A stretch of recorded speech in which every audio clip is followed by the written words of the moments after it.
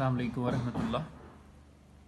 बेटा, after discussing the displacement current, ना एक और एडिशनल चीज़ अब हम इसमें देखेंगे, that is continuity of current. अब जब डिस्प्लेसमेंट हमारे original current that's conduction current साथ के मिल जाए के साथ मिलता है तो वो एक कंटिन्यूस फॉर्म अटेन कर लेता है।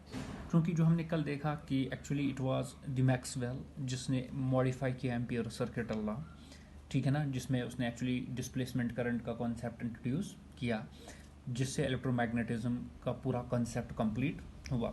अब जो Maxwell's modification of ampere circuit law है वो आपने देखा कि अब जो हम लिखते हैं Maxwell this Ampere Maxwell circuit law, वो इस तरह हम लिखते हैं that B dot D L, ठीक है ना, that was equal to Ampere circuit law सिर्फ आई था, लेकिन इसमें मॉडिफिकेशन की गई आई प्लस आई डी, ठीक है ना।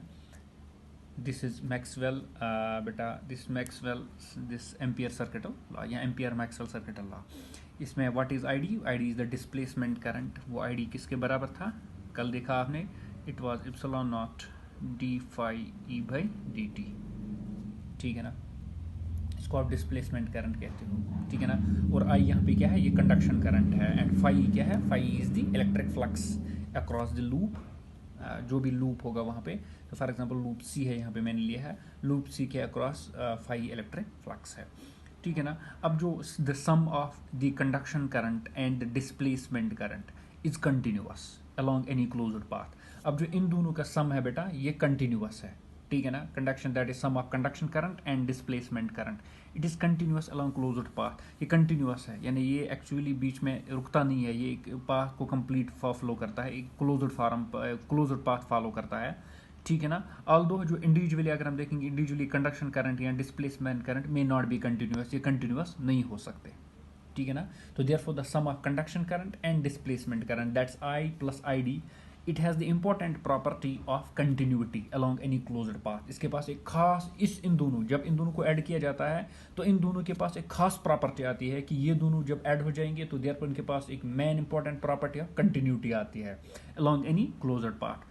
ऑल्दो इंडिविजुअली मैंने आपको कहा दे मे और दे मे नॉट बी कंटिन्यूअस, ठीक है ना। इंडिविजुअली कंटिन्यूअस नहीं हो सकते। फॉर एग्जांपल जैसे मैंने आपको कल, ये हमारे पास कल वाली सर्किट डायग्राम है, देखो पहले बैटरी से कंडक्शन करंट आएगा तो यहाँ प्लेट्स तक जाएगा, ठीक है ना। फिर यहाँ से आएंगे तो बीच में जो गैप है, इस गैप में वहाँ पे बेटा आपको करंट नहीं होता, करंट यहाँ पे अवेलेबल नहीं होता। तो therefore conduction current is discontinuous, यहाँ से यहाँ तक जाता है, बीच में गैप है, फिर यहाँ से यहाँ तक आता है, तो ये कंटिन्यूअस नहीं है। लेकिन जब आप डिस्प्लेसमेंट करंट ऐड करते हो, वो डिस्प्लेसमेंट करंट इस प्लेट से इस प्लेट तक फ्लो करता है, तो देयरफॉर जब हम इन दोनों को ऐड करते हैं तो ये कंटिन्यूअस बन जाता है, ठीक है ना। वही मैं कह रहा हूं कि that sum of conduction current and that of displacement current is continuous along any closed path, although individually they may not be the continuous, ये डिसकंटिन्यूअस भी हो सकते हैं, ठीक है ना। चलो थोड़ा सा मैं लिख लूंगा, the sum of conduction current I and displacement current ID is continuous along any closed path, although the individual conduction current and displacement current, ठीक है ना, मे नॉट बी कंटिन्यूअस, ये कंटिन्यूअस नहीं हो सकते, ठीक है। तो फिर से यही पे आप बेटा एक्चुअली यही diagram will consider again this diagram, जहाँ पे loop C1 and C2 exactly have exactly the same boundary at that edge that of the plates of the capacitor, ठीक है ना। अब जो C1 है ये लिटल टुवर्ड्स लेफ्ट है, ये देखो it is little towards left of plate P, this P1, and C2 is little towards right of plate this little towards right of this plate P upper plate capacitor, ठीक है ना। अब battery की वजह से बेटा क्या होगा, एक कंडक्शन करंट फ्लो होगा थ्रू दिस वायर, ये लेड वायर ऑलमोस्ट होते हैं, इस लेड वायर में क्या होगा, फ्लो होगा, करंट होगा इस बैटरी की वजह से किसी भी इंस्टेंट पे। बट कंडक्शन करंट मैंने आपको कहा there is no conduction current across the gap, this across the capacitor gap, ये जो गैप है बिटवीन कैपेसिटर के दरमियान, वहाँ पे कोई कंडक्शन करंट नहीं होगा। कंडक्शन करंट सिर्फ इन लेड वायर्स में फ्लो होती है, ठीक है ना। Why because no charge is transported across the gap, gap में कोई चार्ज ट्रांसपोर्ट नहीं होता, तभी यहाँ पे कंडक्शन करंट नहीं होता। चार्ज ट्रांसपोर्टेशन सिर्फ इन वायर्स में होती है, तभी वहाँ पे हमारे पास क्या होता है, कंडक्शन करंट होता है। तो देयरफॉर फॉर अगर हम देखेंगे फॉर लूप C1, अगर हम C1 लूप के लिए देखेंगे तो बेटा there is no electric flux, loop C1 के लिए इलेक्ट्रिक फ्लक्स 0 है, ठीक है ना, क्योंकि there is no accumulation of charge on the connecting wires पे एक्यूमुलेट नहीं चार्ज होती है, वो रादर इनमें फ्लो होती है, तो देयरफॉर वहाँ पे एक्यूमुलेशन नहीं होती है this charge through the this connecting wires. So the change in electric flux through the loop this C1 will be 0 because वहाँ पे जो आपके पास इलेक्ट्रिक फ्लक्स होगा that's phi, that will be equivalent to 0। आना समझ में, दैट इज देयर इज बेटा for loop C1 there is no electric flux because there is no accumulation of charge on the lead wires. जब accumulation it flows, therefore वहाँ पे इसका magnetic flux electric flux change नहीं होता है, जब electric flux change होगा तो this means that phi is equivalent to 0। तो what is change in flux क्या होगा, that is D phi E by D T is equivalent to 0, that is जो तो देयरफॉर अगर फाई 0 है तो चेंज इन फ्लक्स वो भी 0 ही बन जाएगा।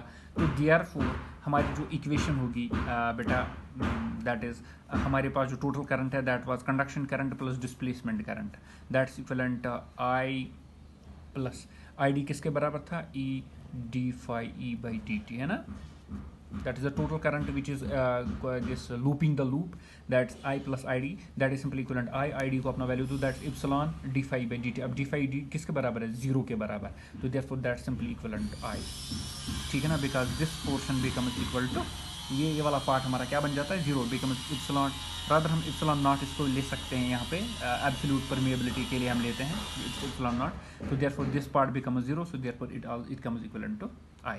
नाउ अगर हम देखेंगे फॉर लूप C2, अब ये लूप हो गया C1 फॉर लूप C2। अब जो लूप C2 है वहाँ पे कंडक्शन करंट नहीं है ना, क्योंकि लूप C2 बीच में है, यहाँ पे एक्चुअली यहाँ पे कोई चार्ज फ्लो नहीं होता है, there is no conduction current in the gap between the plates of the capacitor, that's your I is equivalent to 0, but electric flux is linked with the loop. यहाँ पे electric flux क्योंकि electric field होता है, यहाँ पे varying electric field इन दो plates के दरमियान होता है, जब इलेक्ट्रिक फील्ड विच मीन्स वहाँ पे वेरिंग वहाँ पे इलेक्ट्रिक फ्लक्स होता है, ठीक है ना, there is electric flux is linked with the loop this C2, ठीक है ना, due to accumulation of charge on the plates of the capacitor, क्योंकि कैपेसिटर के प्लेट्स पे चार्ज एक्यूमुलेट होता है उसकी वजह से फ्लक्स वहाँ पे चेंज होता है, तो देयरफॉर फ्लक्स वहाँ से लिंक होता है इनके साथ, तो देयरफॉर फॉर लूप C2 वहाँ पे कोई कंडक्शन करंट नहीं होता है, तो देयरफॉर योर I बिकम्स 0, तो देयरफॉर अगर आप total current which is looping a loop that's I plus ID, that is simply equivalent, I क्या बन गया 0, ID किसके बराबर है, epsilon naught D phi E by D T, ठीक है ना बेटा, दैट्स इक्विवेलेंट ID, क्योंकि ID है ना, दैट्स बेटा equivalent ID which is equivalent to वो मैंने लिखा आपको D phi E by D T. अभी हम निकालेंगे। अब अगर आप किसी भी इंस्टेंट पे देखोगे बेटा, अगर Q है अमाउंट ऑफ चार्ज है in magnitude on the plates of the capacitor, that's at given instant if Q is the magnitude of charge on the plates of capacitor with some area A, तब मुझे ये पता जो electric field इस gap में है between the two plates of capacitor वो किसके बराबर होगा, यानी यही है ना। अब कुछ चार्ज तो यहाँ पे एक्यूमुलेट होगी इन दो प्लेट्स में, ठीक है ना, फॉर एग्जांपल हम उस चार्ज को Q लेते हैं, ठीक है ना, तो देयरफॉर मैग्नीट्यूड ऑफ चार्ज हमने लिया यहाँ पे on the plates of capacitor with some area A, तब मुझे इलेक्ट्रिक फील्ड इस गैप में होगा इन दो कैपेसिटर्स के दरमियान, वो किस तरह हम रिप्रेजेंट करेंगे, ठीक है ना, the electric field between the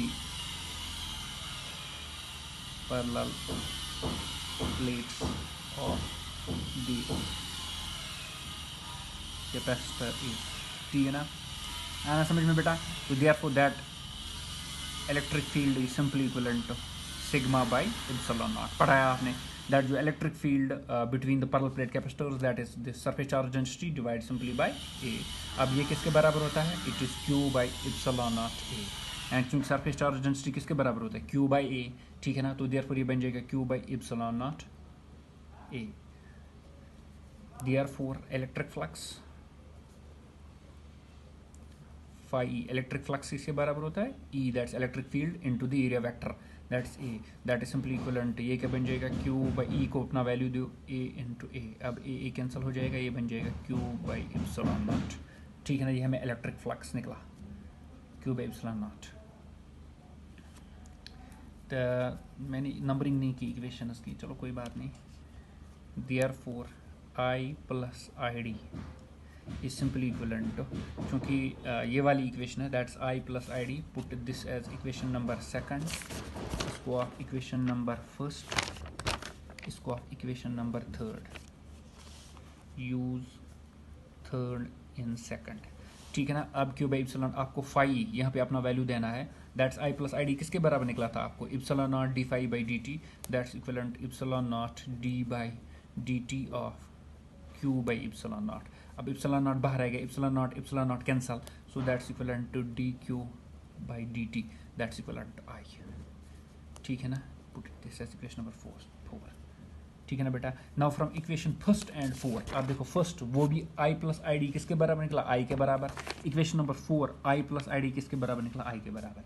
so therefore from first and four, that's from equations first and four, we conclude that the sum, that's I plus ID, has the same value on the left and right side of the plate, of the parallel plate capacitor. Hence I plus ID has the property of continuity, although individually they may not be continuous. यानी equation first और चार से पहली और चार चौथी equation से हमने क्या कंक्लूड किया, जो हमारे पास sum of this conduction current plus displacement current है, इसका वैल्यू दोनों में सेम है। वहाँ पे भी आई करंट निकलता है, यहाँ पे भी आई, यानी कि यहाँ पे भी दिखाता है कि जब आप इन दोनों को ऐड करोगे तो आपको टोटल करंट मिलेगा। जब आप यहाँ पे भी देखते हो, अब जब आप दोनों को दोनों लूप्स में देखते हो कि करंट दोनों पार्ट्स में क्या आ रहा है, आई आ रहा है, तो इसका मतलब हुआ कि यहाँ पे जब हमने देखा तो लेफ्ट साइड दैट इज जो एक्चुअली यहाँ पे हम देखते हैं कि जो sum I plus I D has the same value on left side and right side of the parallel plate. जितना वैल्यू यहाँ पे है उतना वैल्यू यहाँ पे, पहले लूप वन में भी आई वैल्यू आया, लूप टू में भी आई वैल्यू आया, ठीक है ना। तो देयरफॉर दोनों साइड के इस पैरेलल प्लेट कैपेसिटर के P1 प्लेट के दोनों side, right side and left side of this plate P parallel plate capacitor, दोनों साइड में वैल्यू सेम है। तो देयरफॉर इसका मतलब क्या है, इसका मतलब ये है कि this I plus I D has the property of continuity. तो इसका मतलब यही हुआ कि ये एडिशन एक्चुअली हमें प्रॉपर्टी ऑफ कंटिन्यूटी दिखाती है, हालांकि इंडिविजुअली ये कंटिन्यूअस नहीं होते, ठीक है ना।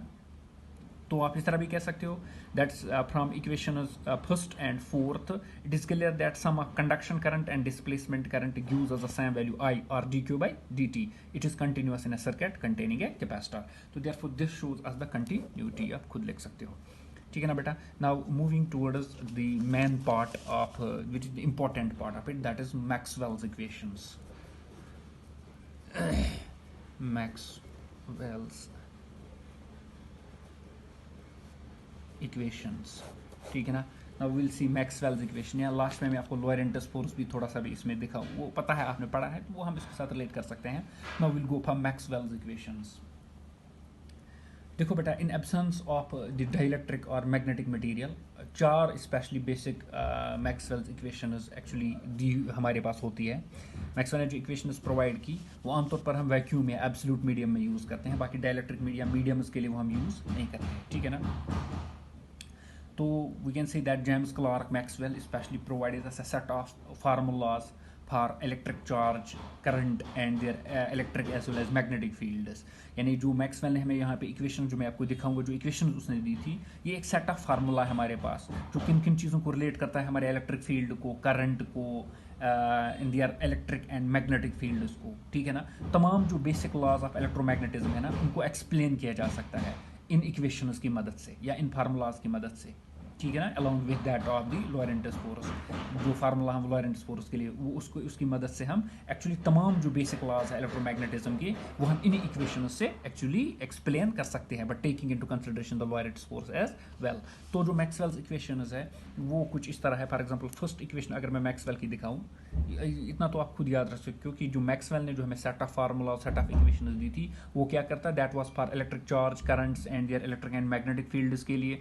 तमाम जो बेसिक लॉज ऑफ इलेक्ट्रोमैग्नेटिज्म वो हम एक्सप्लेन कर सकते हैं, but with the help of equations along with these equations along with the formula for Lorentz force, ठीक है ना। तो देयरफॉर जो फर्स्ट इक्वेशन एक्चुअली बेटा दी गई थी, दैट्स दिस इज जो अभी जो आपने पढ़ा भी है, that's equivalent B dot D L. मैं पहले ही लिखूंगा क्योंकि अभी आपने पढ़ा है। दैट्स इक्वलेंट, यहाँ पे मैंने आपको कहा डाइलेक्ट्रिक्स के लिए नहीं दी गई, एब्सोल्यूट मीडियम के लिए दी गई थी। तो therefore I will be using mu naught I plus epsilon naught mu naught D phi E by D T, ठीक है ना। This is the first equation, what is this equation? This is the generalized form of Ampere's law, which is as modified as Maxwell Ampere circuit law. ठीक है ना, ये क्या है हमारे पास, ये है एम्पियर मैक्सवेल सर्किट लॉ. ये जनरलाइज्ड फॉर्म है. एक्चुअली जब मॉडिफाई किया गया, जब मैक्सवेल ने मॉडिफाई किया एम्पियर सर्किट लॉ, तो ये इक्वेशन उसने दी, इसको हम ये जनरलाइज्ड किया गया बाद में. वहाँ पे म्यू नॉट मैंने नहीं लिया था एक्चुअली, जो आपने पढ़ा यहाँ पे एक्चुअली जनरलाइज्ड फॉर्म है, taking into consideration the magnetic permeability as well. तो तभी इसको जनरलाइज्ड फॉर्म कहते हैं. That's usually called as Maxwell Ampere Maxwell circuit law. ठीक है ना. तो ये इक्वेशन क्या स्टेट करती है, ये इक्वेशन हमें क्या बताती है, ये इक्वेशन बताती है हमें, this equation states that not only current but also the changing electric field produces changing magnetic field. यानी ये इक्वेशन कल भी मैंने आपको ये पढ़ा, ये इक्वेशन हमें क्या कहती है, ये इक्वेशन कहती है ये सिर्फ करंट ही नहीं होता है जो मैग्नेटिक फील्ड प्रोड्यूस करता है, रादर अगर चेंजिंग इलेक्ट्रिक फील्ड है तो वो भी मैग्नेटिक फील्ड प्रोड्यूस कर सकता है. This is the magnetic field, ये this is line integral of magnetic field. तो देयरफॉर ये हमें बताती है it is not only the current which is responsible for producing magnetic field but a changing electric field. देखो D phi by E D by D T, that is changing electric flux, that is changing electric field is also responsible for the production of magnetic field. ठीक है ना बेटा. तो therefore this equation which is generalised form of Ampere's law, usually called as Ampere Maxwell law, this law shows that the line integral of magnetic field around any closed path is related to the conduction current I and the displacement current. ये ना displacement phi naught e d phi by dt, ठीक है ना, displacement current. This law predicts that magnetic field can be produced by conduction current as well as by displacement current. इस तरह भी है, जो हमारे पास ये इस तरह भी कह सकता है कि जो मैग्नेटिक फील्ड प्रोड्यूस होता है ये सिर्फ कंडक्शन करंट, हमारा जो मेन करंट है उसी की वजह से नहीं प्रोड्यूस होता है, रादर डिस्प्लेसमेंट करंट से भी प्रोड्यूस होता है. डिस्प्लेसमेंट मतलब changing electric field, changing electric field से. तो तीन चीजें आप यहाँ पे याद रखोगे, इसी की ये तीन चीजें डिपिक्ट करता है. ये पहले ही बता दो, जो line integral of electric field है बेटा, जो line integral of magnetic field है किसी भी क्लोज्ड पाथ के पास, वो रिलेट होता है किसके साथ, conduction current and displacement current. और मेन जो इसका मकसद है वो यही कहता है कि जो मैग्नेटिक फील्ड है वो सिर्फ हमारे कंडक्शन करंट से प्रोड्यूस नहीं होता, रादर वो डिस्प्लेसमेंट करंट से भी प्रोड्यूस होगा. डिस्प्लेसमेंट करंट से मतलब चेंजिंग इलेक्ट्रिक फील्ड से भी मैग्नेटिक फील्ड प्रोड्यूस होगा. तो therefore this was it first equation. Number second equation जो बेटा हमारे पास है, that's E dot D S. ये पढ़ा है आपने, सरफेस इंटीग्रल है, is equivalent Q by epsilon not. ठीक है ना. तो दिस इक्वेशन स्टेट्स दैट, पहले अगर आपको याद होगा, दूर से ही आप इसको पहचान सकते हो, it is Gauss's law of electrostatics, है ना, है कि नहीं है, गॉसेस लॉ ऑफ इलेक्ट्रोस्टैटिक्स. ठीक है ना. ये वही लॉ है जो एक्चुअली मैक्सवेल इक्वेशन में आया है. तो ये इक्वेशन क्या कहता है, this equation states that the total electric flux through a closed surface integral है, the total electric flux through a closed surface is equal to 1 by epsilon naught times the charge enclosed by the surface. ठीक है ना. ये आपने पढ़ा है, Gauss's law पढ़ा है. जो टोटल इलेक्ट्रिक फ्लक्स होता है किसी भी सरफेस के इर्द गिर्द, वो सिंपली होता है 1 by epsilon naught टाइम्स कि उस सरफेस में कितनी चार्ज है. ठीक है ना. इसको आप गॉसेस लॉ कहते हैं. एक्चुअली ये लॉ हमें आइडिया क्या प्रोवाइड करता है, this law provide the idea that isolated charge can exist, isolated charge exist होती है. Remember this law, Gauss's law actually provides us the concept here. Maxwell ने एक्सप्लेन किया कि ये वाला लॉ हमें किसका कांसेप्ट प्रोवाइड करता है, कि ये कहता है कि आइसोलेटेड चार्ज एग्जिस्ट होती है, हमारे पास एक सेपरेट पॉजिटिव चार्ज होगी, हमारे पास एक सेपरेट नेगेटिव चार्ज होगी, विच मींस आइसोलेटेड चार्ज हमारे पास होगी. ठीक है ना. तो उसकी वजह से क्या होगा, तो उसकी वजह से जो इलेक्ट्रिक फील्ड लाइन्स है वो कंटिन्यूअस क्लोज्ड पाथ्स फॉर्म नहीं करती है, they do not form continuous closed paths. Electric field line positive charge से स्टार्ट होगी, नेगेटिव पे एंड होगी, वहां पे कंटिन्यूअस नहीं होती है, वो रादर उनका एक स्टार्टिंग पॉइंट होता है, एक एंड पॉइंट होता है. ठीक है ना. तो therefore this equation is actually the Gauss's law in electrostatics. This gives us value of total electric flux in terms of charge enclosed by surface, वो आपने पढ़ा है ऑलरेडी. तो this equation gives an electric field due to discrete, हमें actually इसकी वजह से भी इलेक्ट्रिक फील्ड अगर हमारे पास डिस्क्रीट चार्ज है due to certain charge distribution. And बताता क्या है ये इक्वेशन क्या बताती है, दैट जो electric lines of force they start from positive charge end at some negative charge, that electric field lines या electric lines of force do not form continuous closed paths. तो दिस लॉ प्रेडिक्शन क्या इस law की, कि isolated charges exist होती है. ठीक है ना. ये आपने याद रखना है. तो नंबर थर्ड इक्वेशन क्या है हमारे पास बेटा, नंबर थर्ड इक्वेशन है बी डॉट डी एस. ये भी पढ़ा है मैंने, आपको पढ़ा है, इज इक्वल टू 0. अगर आपको याद होगा what is this, this is Gauss law of magnetism, Gauss law for magnetism, this is Gauss law for magnetism. अब ये क्या बताते हैं ये इक्वेशन क्या स्टेट करती है यहाँ पे, जो magnetic flux through closed surface that is zero, पढ़ाया आपने, दैट इज जो मैग्नेटिक फ्लक्स आप किसी भी क्लोज सरफेस का देखोगे वो जीरो होता है। Why is magnetic flux through close surface zero, that is because जो net magnetic flux entering a closed path, closed surface sorry, is equal to the net magnetic flux leaving it. Because ये चीज आपने पढ़ा कि actually जितना magnetic flux एक closed path में enter होता है उतना ही वहां से लीव हो जाता है। तो देर पर जब मैग्नेटिक फ्लक्स जितना एंटर उतना लीव, बचा क्या वहां पे, जीरो। तभी हम कहते हैं जो मैग्नेटिक फ्लक्स होता है किसी भी क्लोज सरफेस का वो क्या होता है, जीरो होता है। या हम इस तरह भी कह सकते हैं कि एक isolated magnetic pole that is monopole can not exist, because ये चीज तभी होगा जितनी मैग्नेटिक फील्ड लाइंस एंटर होंगी उतनी लीव होंगी। ये कब होगा, जब आपके पास वहां पे अंदर पे कुछ पियर पड़ी हुई है, एक सिंगल एंटिटी नहीं होती है वहां पे। अगर सिंगल एंटिटी होती तो देयरफॉर वहां पे जितनी एंटर उतनी लीव नहीं होती। लेकिन तो देयरफॉर बेटा this clearly in other words it shows us that magnetic monopole does not exist. Magnetic monopole exist नहीं होता है, सिंगल पोल एग्जिस्ट नहीं होता है। And in turn it also explains us that the magnetic lines of force always form closed continuous path. Magnetic lines of force continuous paths follow करते हैं। ये electric field line की तरफ ending और start point नहीं होता है, ये क्लोज कंटिन्यूअस पाथ्स फॉलो करते हैं। ठीक है ना। तो therefore in other words we can say that this equation which rather is Gauss-line magnetostatics या magnetism which shows that number of magnetic field lines of force entering a closed surface is equal to the number of magnetic lines of force leaving it. It means that there is no starting or end point of magnetic lines of force. Thus the magnetic lines of force always form closed paths. ठीक है ना। अगर ऐसा नहीं होता सो तब हम कह सकते if it were not so then the isolated magnetic monopoles would have existed. अगर ऐसा नहीं होता कि जितनी एंटर मैग्नेटिक फील्ड लाइन्स उतनी लीव कर रहे हैं तब हम कह सकते थे मैग्नेटिक मोनोपोल, लेकिन वैसा नहीं होता, जितनी एंटर उतनी leave. Thus it confirms that the absence of magnetic monopoles, magnetic monopoles exist नहीं होते। ठीक है ना। And number 4 equation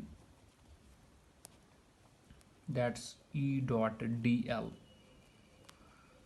is equivalent to minus d phi b by dt। ठीक है ना। दिस इक्वेशन एक्चुअली ये इंडक्शन के बेस पे है, या आप देख सकते हो इंडक्शन के दूर से इंडक्शन वाला केस दिखाई दे रहा है। That this equation states that the induced EMF, ठीक है ना, that's E dot dl, this induced EMF produced in, चूंकि साइक्लिक इंटीग्रल है तो क्लोज्ड सरफेस है, produced in a closed circuit is equal to negative rate of change of the magnetic flux through the circuit. यानी ये Faraday's law आपको दिखाई दे रहा है, that's it is Faraday's law of EMI, electromagnetic induction, Lenz law enter हुआ है इसमें। तो देयरफॉर बेटा एक्चुअली दिस स्टेट्स दैट जो इंड्यूस्ड EMF है ना, that's this E dot dl, वो प्रोड्यूस, अगर दैट्स इंड्यूस्ड EMF जो प्रोड्यूस होता है इन क्लोज्ड सर्किट, वो सिंपली किसके बराबर होता है, negative rate of change of magnetic flux. जितना मैग्नेटिक फ्लक्स आपके क्लोज सरफेस में चेंज होगा उतना ही वहाँ पे इंड्यूस्ड EMF जनरेट होगा। तो इस इक्वेशन को आप Faraday's law of electromagnetic induction दिखा सकते हैं। Actually this equation correlates the changing magnetic flux with electric field, यानी ये रिलेट करता है कि चेंजिंग इलेक्ट्रिक फ्लक्स विथ, या मैग्नेटिक फील्ड फ्लक्स को इलेक्ट्रिक फील्ड से रिलेट करता है। ठीक है ना बेटा। तो this equation usually is the Faraday's laws of electromagnetic induction. This law gives a relation between electric field and changing magnetic flux. ठीक है ना, इलेक्ट्रिक फील्ड और चेंजिंग मैग्नेटिक फ्लक्स के दरमियान ये रिलेशन हमें दिखाता है। और ये दिखाता क्या, ये law that in line integral of electric field या electric flux around any close, that's line integral of electric field around any closed path, that EMF वही होता है ना, दैट्स जो मैंने अभी आपको पहले कहा था, दैट इंड्यूस्ड EMF, ये actually line integral of electric field ही है। ठीक है ना, that's around a closed path is equal to the time rate of change of magnetic flux through the surface bounded by closed path. ठीक है ना, पर माइनस जो बीच में मैंने डाल दिया वो बेटा जस्ट लेंजेस लॉ बीच में है। हम इसको इस तरह इसको भी हम इसको एक और तरीके भी से लिख सकते हैं, that's E dot dl minus d by dt। इस फाई को मैं बाद में रिप्लेस, फाई b को मैं बाद में रिप्लेस करता हूँ b डॉट ds। ठीक है ना, ये फाई b के बराबर होता है b dot ds, integral of b dot ds, वैसे भी हम इसको लिख सकते हैं। तो therefore these were the basic 4 equations of Maxwell. ठीक है ना, these are very important equations जो एक्चुअली देखो सारा आपका जो मैग्नेटिज्म आपने पढ़ा वो सारा इसी में है। इलेक्ट्रोस्टैटिक्स का पार्ट आ गया, मैग्नेटिज्म का पार्ट आ गया, ये भी इलेक्ट्रोमैग्नेटिज्म को रिलेट करता है, और ये फैराड EMI को रिलेट करता है, सारा कुछ इसी में है। लेकिन एक चीज़ फिर भी इसको एक्चुअली पूरे इलेक्ट्रोमैग्नेटिज्म को एक्सप्लेन करने के लिए हमें एक्चुअली एक और चीज़ की जरूरत पड़ती है, दैट्स लोअर इंटेंस फोर्स। तो उसको मैं यहाँ पे इस तरह छोटा सा फाइल लिख सकता हूँ, क्योंकि इससे एक्चुअली पूरा इलेक्ट्रोमैग्नेटिज्म एक्सप्लेन होता है। फिर लोरेंटस फोर्स वो आपने ऑलरेडी पढ़ा है बेटा। Lorentz force F is simply equivalent to Q into E plus V cross B। ये पढ़ा है आपने। दिस इज लोरेंटस फोर्स, ठीक है ना बेटा। Now the above five equations gives complete description of electromagnetic induction. ये एक तो ये 4 इक्वेशन अलोंग विथ लोरेंटस फोर्स ये हमें कंप्लीट डिस्क्रिप्शन ऑफ इलेक्ट्रोमैग्नेटिज्म की देंगे। ये 5 इक्वेशन हम पूरे इलेक्ट्रोमैग्नेटिज्म को एक्सप्लेन कर सकते हैं। अब देखो बेटा कुछ इंपॉर्टेंट चीजें मैं आपको बताऊंगा। Importance of Maxwell's equation, in equations की इंपॉर्टेंस क्या है, कितनी इंपॉर्टेंट है ये इक्वेशंस। ये जो बेटा on the basis of these equation Maxwell ने कुछ चीज़ें प्रिडिक्ट की जो बहुत इंपॉर्टेंट थी। उनमें जो पहली प्रिडिक्शन थी वो ये थी कि एक एक्सेलरेटेड चार्ज बन जाता है सोर्स ऑफ इलेक्ट्रोमैग्नेटिक वेव्स। अगर आपके पास एक एक्सेलरेटेड चार्ज है तो रिमेंबर, तो इस एक्सेलरेटेड चार्ज से इलेक्ट्रोमैग्नेटिक वेव्स जनरेट होंगी जो हमने आगे पढ़ना है। That's an accelerated charge is the source of electromagnetic wave. आपका जो अगर इलेक्ट्रोमैग्नेटिक वेव आपके पास है तो बेटा हमेशा उसका सोर्स जो होता है ना वो एक एक्सेलरेटेड चार्ज ही होती है, ठीक है ना। Number first. नंबर सेकंड उसने कहा जो इलेक्ट्रोमैग्नेटिक वेव है ना वो प्रोपागेट कर सकती है स्पेस में with the speed of light. The electromagnetic waves can propagate through the space with the speed of light, that's 3 to 10⁸ metre per second का। जब इलेक्ट्रोमैग्नेटिक वेव अब जनरेट होगी एक्सेलरेटेड चार्ज पार्टिकल से, तो जब वो एक्सेलरेट होकर स्पेस में चलेगी तो ऑलमोस्ट चलेगी with the speed of light which is 3 to 10⁸ metre per second. Number third, electromagnetic wave is a transverse in character. जो इलेक्ट्रोमैग्नेटिक वेव है वो ट्रांसवर्स नेचर की होती है, वो भी हमने दिखाना है इस नेक्स्ट लेक्चर में। जो इलेक्ट्रोमैग्नेटिक वेव्स होती है ना इनका नेचर लॉन्गिट्यूडनल नहीं होता है, रादर ये ट्रांसवर्स नेचर की होते हैं। इसी तरह एक और प्रॉपर्टी उसने एक्सप्लेन की, उसने कहा कि light itself is an electromagnetic wave. जो लाइट हमारे पास होते हैं वो भी इलेक्ट्रोमैग्नेटिक वेव है, यानी वो भी ट्रांसवर्स वेव है, उसका भी ट्रांसवर्स नेचर होता है। और वो भी जब स्पेस में मूव करेगी तब speed of 3 to 10⁸ metre per second से चलेगी। सो therefore this was your Maxwell's equations and this is fully explained. Now inshallah in next lecture we go for the history of electromagnetic waves and production of electromagnetic waves. इसी तरह transverse nature भी हम उसी में देखेंगे।